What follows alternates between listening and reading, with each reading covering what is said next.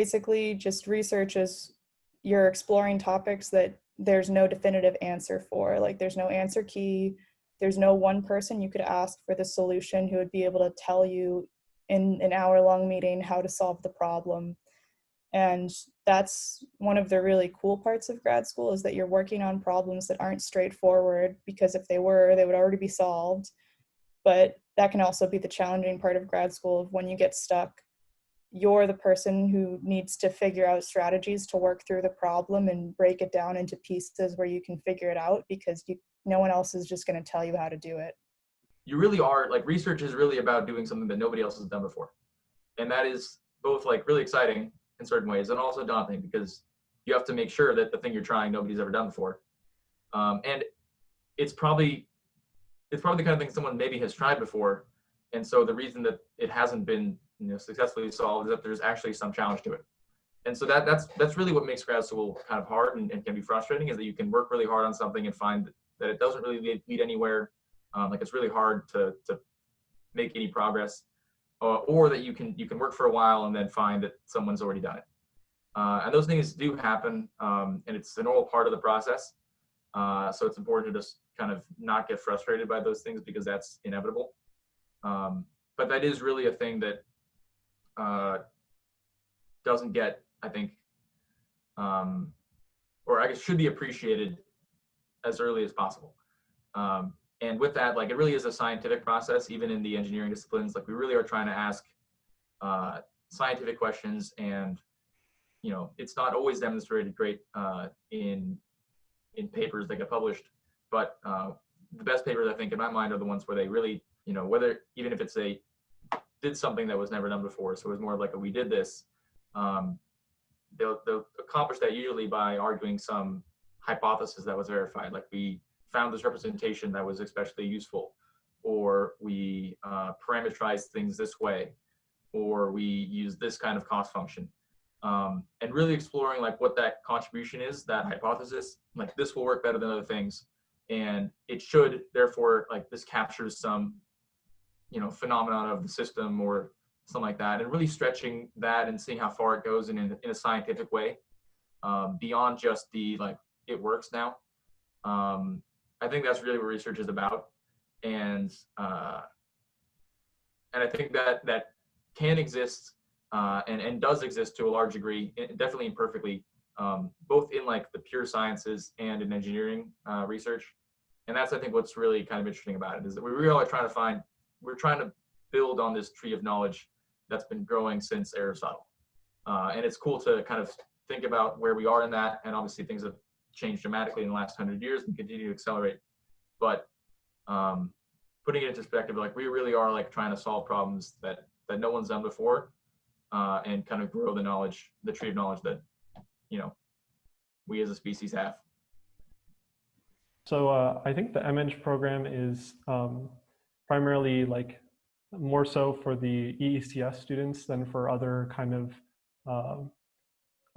courses at MIT.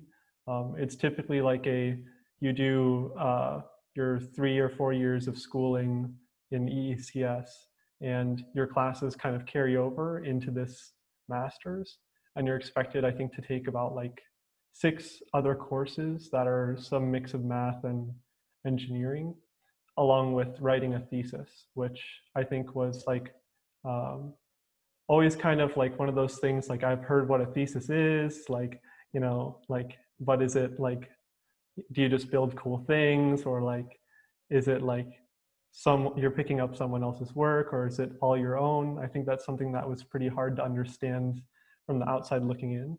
But I think one thing that separates, I think, MEng from the other degree programs, like a Master's of Science in Aeroastro, is that it's very course intensive, I think, is usually how it is. Like Professor Howe told me, like when I started out, like, this could be like quite a bit of work, just because you have to take the classes as well as work on the thesis. So that's one thing I think that's not stated enough when you begin like an MEng, is you really want to have your classes figured out early on so that you have enough time to just work on the research topic. A thesis, it was basically a very long research paper. So some undergrads probably have experience writing shorter research papers, maybe 10 pages or so. This was about 100-page long research paper, and it was the culmination of about a year and a half worth of research. What I found really cool about writing a thesis was that I had never had such a long, continuous project where I was the person doing everything and I could take responsibility for everything I built in my thesis because I was the one working on it and developing it over time over the past year and a half. I'd never worked on a project on such a long scale before. It had always been like a month-long semester project. And so you take that and you expand it hugely into where you're taking that month-long piece and then you build another month-long piece on top of it and another piece, and you put all these things together, you integrate them into a system, and then after a year and a half or so you have a full system where you can get results out of that contribute something to the field. So once I got to that point where I had all the pieces together and I got some results out to compare to existing approaches, then I could write this huge long paper about everything I did and all of the results and how the whole system worked. There's like maybe multiple goals when you're trying to get a graduate degree, but maybe one of the biggest goals is trying to understand how to like develop like a question that's worth answering in your academic field. There's like many pieces of work that people like you and me have like tried to study and build this like collective of knowledge in our field, and there's kind of like these gaps in the knowledge that I think it's our job to try to uncover.